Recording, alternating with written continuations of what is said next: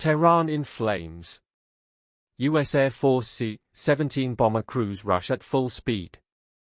At dawn, the sky above the military base slowly turns from dark blue to pale orange. The air is cool and quiet, and the first light of morning spreads across the long roads and buildings of the base. Soldiers with rucksacks on their backs begin moving along the roads toward the rigging hangar. Their boots step firmly on the pavement as they walk. The soldiers move in loose groups, not rushing but walking with purpose. Everyone knows the mission for today. They wear full combat uniforms, and their boots are tied tight. The fabric of their uniforms moves slightly in the early morning wind. Helmets hang from their gear. Gloves are clipped to their vests. Every soldier carries the equipment he will need once he lands on the ground. Their faces are calm and serious as they walk toward the large hangar building. The hangar doors are already open. Light from inside spills onto the pavement outside. Soldiers walk inside the wide building one group at a time. The sound of boots echoes softly against the metal walls and high ceiling. Inside the hangar, the work begins. Long rows of wooden benches are arranged across the floor. On each bench lies a parachute that has already been carefully inspected and packed by trained riggers. The parachutes are folded neatly inside strong containers. Each one has been checked many times to make sure it will open correctly in the air. Safety is extremely important for every jump. Each soldier walks to the bench where his assigned parachute waits. He picks up his T-11 main parachute and the reserve chute that goes with it. The gear is heavy even before it is worn. One by one, the soldiers carry their parachutes to open spaces on the hangar floor where they will prepare their equipment. They start putting on the harnesses. First, they step into the leg straps. Then they pull the shoulder straps up and over their shoulders. After that, they clip the chest strap firmly into place across their chest. Each movement must be done correctly. The harness must fit tight so it will hold the soldier safely during the jump. The parachute equipment is heavy and awkward, and it is difficult for one person to adjust everything alone. Because of this, the soldiers work in pairs. One soldier helps his partner while the partner helps him.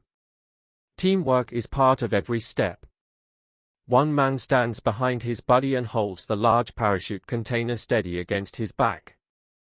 The other soldier pulls the straps tight and secures the buckles. They check each strap carefully. Nothing can be loose or twisted. They pull on the leg straps to make sure there is no slack. The straps must sit firmly against the soldier's legs. If the straps are loose, the parachute could shift during the jump. Every soldier double-checks his equipment and then checks his partner's gear as well. Around the hangar, dozens of soldiers are doing the same thing at the same time. The sound of straps tightening and metal buckles clicking fills the room. Quiet conversations pass between partners as they help each other prepare. Once everyone is rigged up, the company gathers at the far end of the hangar. Soldiers stand together with their heavy parachutes on their backs and their reserve chutes on their fronts. They wait for the briefing. An officer stands in front of them and begins speaking. The briefing is short and clear. He explains the jump plan, the flight route, and the drop zone. Every soldier listens carefully. Even though they have trained many times, they must know exactly what will happen today. The briefing only takes a few minutes. When it ends, the soldiers prepare to move out. The soldiers line up in two long columns outside the hangar. The early morning sun is now higher in the sky, lighting the base. The soldiers begin walking toward the flight line where the aircraft are waiting. Ahead of them sits a large C-17 transport aircraft. The huge plane rests on the runway with its rear cargo ramp lowered to the ground. The aircraft looks massive compared to the soldiers approaching it. The soldiers move slowly because of the weight of their equipment.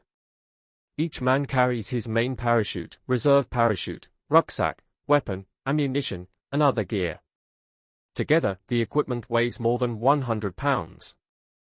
The columns approach the aircraft from the rear. The wide cargo ramp stretches down to the ground like a metal road leading into the aircraft.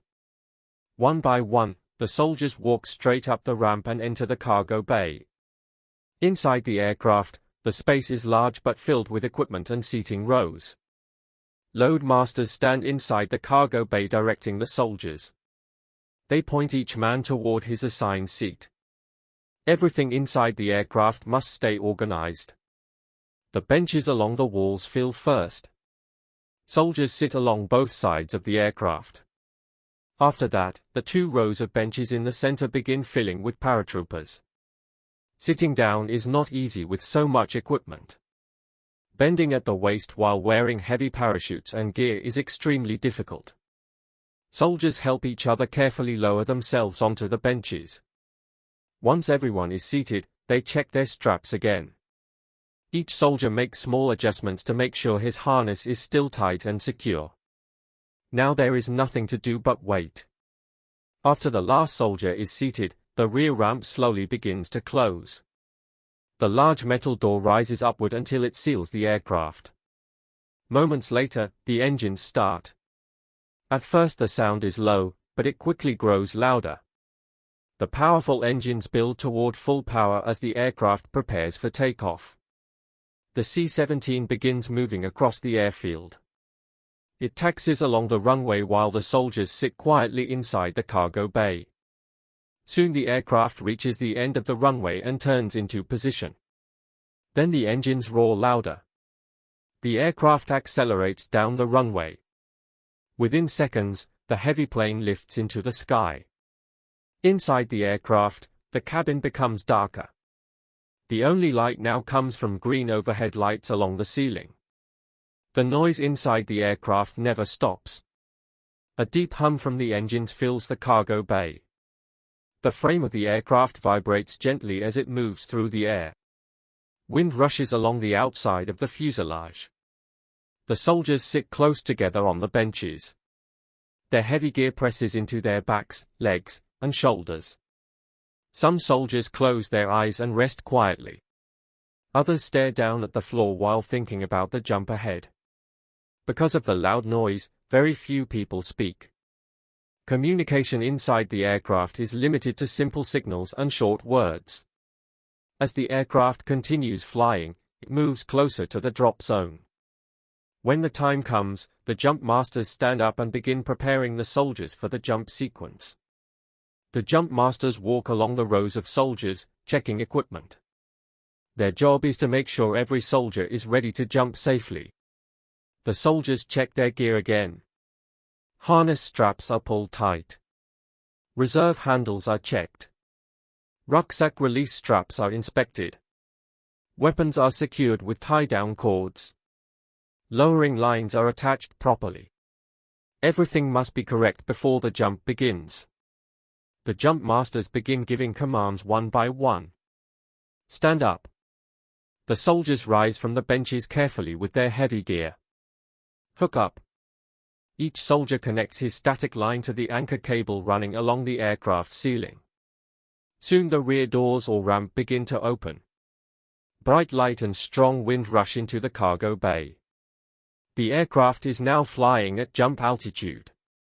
The soldiers stand in their sticks, lined up closely behind one another. Each group waits for its turn to exit the aircraft.